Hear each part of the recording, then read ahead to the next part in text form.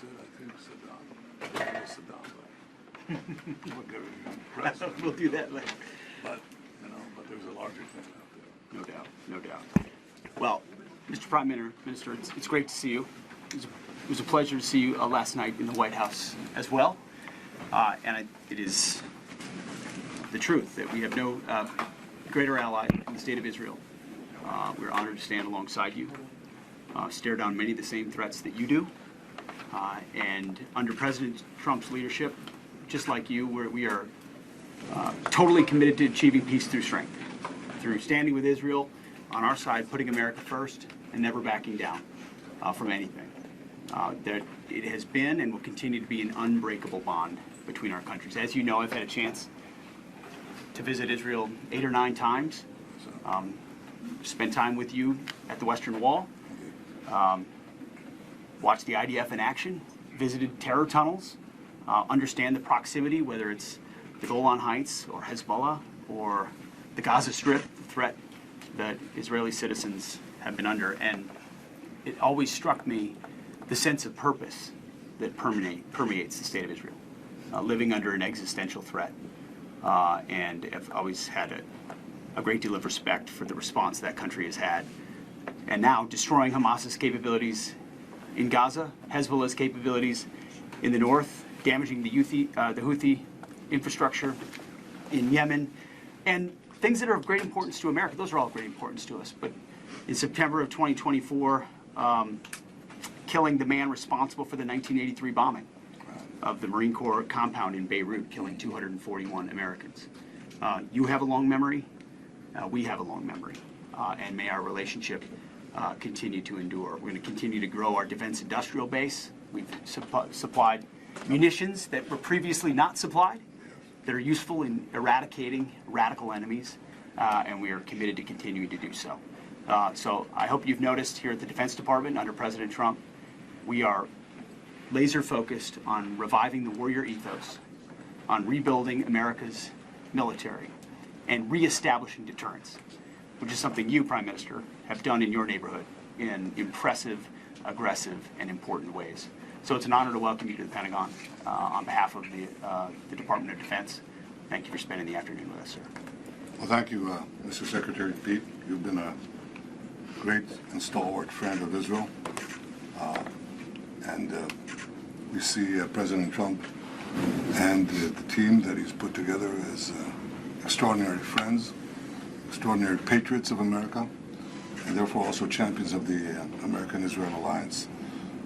I truly believe Israel obviously has no greater friend than the United States, and I think the United States has no better friend than Israel.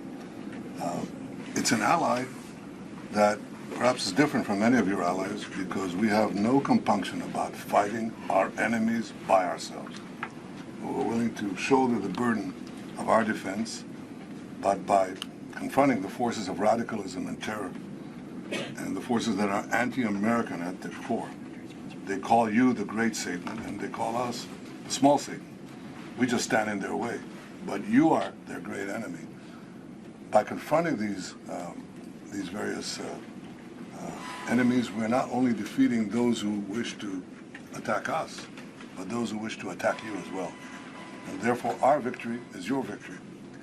And we're well ahead and well advanced in the pursuit of our war goals that will give security and peace.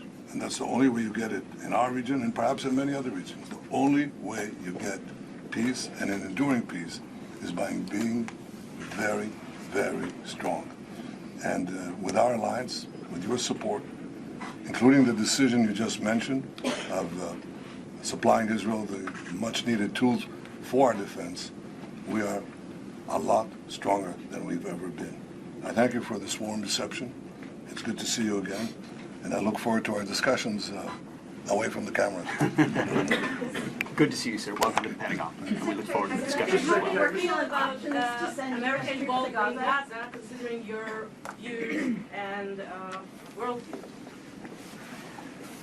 I would just say to the question of Gaza, the definition of insanity is attempting to do the same thing over and over and over again. And as the President and Prime Minister pointed out last night, the President is willing to think outside the box, look for new and unique dynamic ways to solve problems that have felt like they're intractable.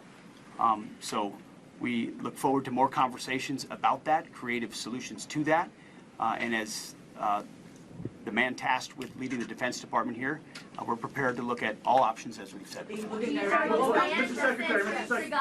Secretary, are you have a plan to send troops to Gaza? Are you working on options for the president right now that would involve U.S. troops in Gaza? The President is involved in very complex and high-level negotiations of great consequence to both the United States and the State of Israel, and we look forward to working with our allies, our counterparts, both diplomatically and militarily, to look at all options. But we certainly would not get ahead of the President or provide any details about what we may or may not do. That's just bad military planning. That's all we have. Thank you, Press. That'll be all. We're leaving now. Thank you, Press. Thank you, Press. Thank you, Press. Sir, we're leaving now. Thank you, Press. We're leaving now. Thank you. Thank you all.